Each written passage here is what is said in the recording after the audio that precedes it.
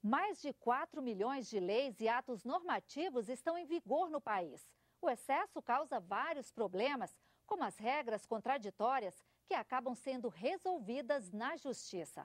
Melhorar a qualidade das leis é um desafio que começa a ser discutido na Câmara dos Deputados.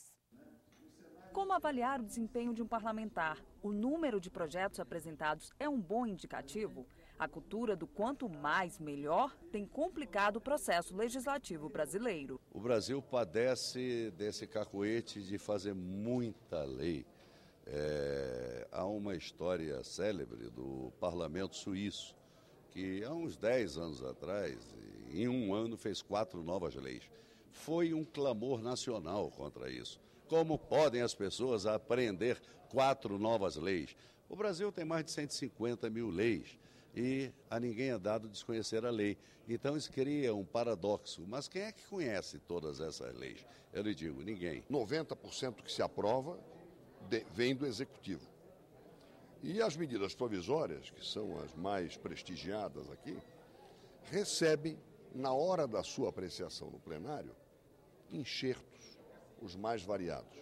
Ou seja, bastaria isso para dizer que é necessário melhorar. Ao contrário do que acontece no Brasil e em outros países como a Inglaterra, propostas de iniciativa individual praticamente não existem. O trabalho do parlamento é focado na análise das propostas enviadas pelo governo, cerca de 30 por ano, e na fiscalização. O modelo inglês é um exemplo da chamada reforma regulatória, que já foi adotada pela maioria dos países europeus. No Brasil, o termo legística é usado para identificar essa busca pela modernização do processo legislativo. Não basta apenas reduzir o número de projetos. São necessárias ações que comprovem a necessidade da lei, verifiquem se a proposta cumpriu o que estava previsto e quais os efeitos colaterais. O que eu considero mais importante para a produção de leis no Legislativo, especialmente a Câmara, como representante do povo, é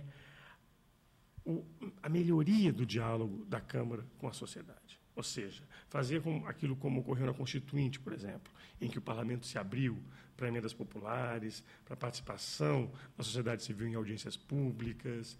Eu acredito que esse seja o caminho e outras formas possíveis, imagináveis, de relacionamento mais estreito entre sociedade e parlamento. À medida que as pessoas se tornam mais, se envolvem mais na política, o processo, a democracia acaba se aperfeiçoando mais, né? Então, o eleitor ele precisa votar bem, ele precisa acompanhar o seu parlamentar e ele precisa entender como é que funciona minimamente o processo legislativo. Daqui a 4 meses, governantes e ecologistas do mundo inteiro vão se reunir no Brasil. Eles vão tentar resolver uma equação complicada: como desenvolver a economia sem destruir a natureza. O Senado acompanha e participa dos preparativos da Conferência Rio+20. A Rio+20 é a Conferência das Nações Unidas sobre o Desenvolvimento Sustentável. Mais de 100 chefes de Estado são esperados entre 20 e 22 de junho. Mas, segundo o assessor extraordinário do evento, durante todo o mês haverá atividades. A proposta é discutir a sustentabilidade ambiental, social e econômica. Se você não interagir de uma maneira mais crescente com as vertentes econômica e social, você também não tem grandes avanços na ideia de conservação ambiental. Então, você hoje tem um movimento da sociedade brasileira que está crescendo nessa discussão. A conferência será realizada 20 anos depois da Eco 92, outra reunião mundial que discutiu o meio ambiente. Tentar entender o que avançou, o que não avançou, e fazer um novo compromisso político em torno daquilo que não avançou. No início de janeiro, a ONU lançou o documento Rascunho Zero, a base para as negociações que vão acontecer na Rio+20. O texto foi feito a partir de propostas para o desenvolvimento sustentável enviadas por todos os países membros, entre eles o Brasil. Uma das propostas brasileiras é mudar a forma de avaliar o progresso das nações. Hoje, o desenvolvimento de um país é medido pelo Produto Interno Bruto, a soma das riquezas geradas no território. O Brasil quer acrescentar indicadores como a escassez ecológica, a inclusão social, a produção e o consumo sustentáveis. O grande desafio da Rio+20 vai ser gerar um entendimento global de que somos todos responsáveis pelos problemas sociais, ambientais e econômicos do planeta. O Senado criou 2 subcomissões para acompanhar os preparativos da conferência, uma ligada à Comissão de Meio Ambiente e outra à de Relações Exteriores. Elas fizeram 12 audiências públicas. Fizemos um conjunto de seminários e debates que considero importantíssimos para pautar os temas que vão ser tratados na conferência. Os senadores também foram ao Rio de Janeiro conhecer a infraestrutura da conferência e publicaram um documento com as perguntas que a Rio+20 precisa responder.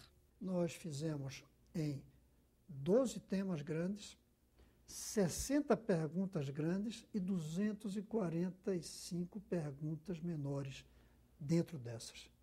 Economia verde, como fazer? Água, como conservar? Energia, para quê e como? Uma questão que preocupa e divide os senadores é o Código Florestal, aprovado no Senado e devolvido à Câmara. Às vésperas da conferência, qual a mensagem o texto prestes a ser aprovado vai passar para o mundo? Será um King Kong. Nós sediarmos uma Conferência Mundial do Meio Ambiente e, meses antes, a presidente Dilma sancionar uma legislação que fragiliza as áreas de preservação permanente, reduz a reserva legal na Amazônia. Não quero acreditar que nós vamos pagar um mico desse. Duvido que algum dos importantes países que participarão da Rio+20 tenha uma legislação ambiental parecida com a legislação ambiental brasileira, com o Código Florestal brasileiro. Outros desafios da economia verde aguardam os representantes de um mundo em crise. Fome e produção de alimentos, água, energia, desastres naturais, expansão das cidades. A reunião Rio+20 não pode ser só durante aqueles dias de junho. Ela tem que ter continuidade na imaginação, no debate, nas posições no mundo inteiro. No próximo bloco, a movimentada Avenida Miguel Arraes de Alencar e o expressionismo do mato-grossense Vitor Hugo. A gente volta em 1 minuto.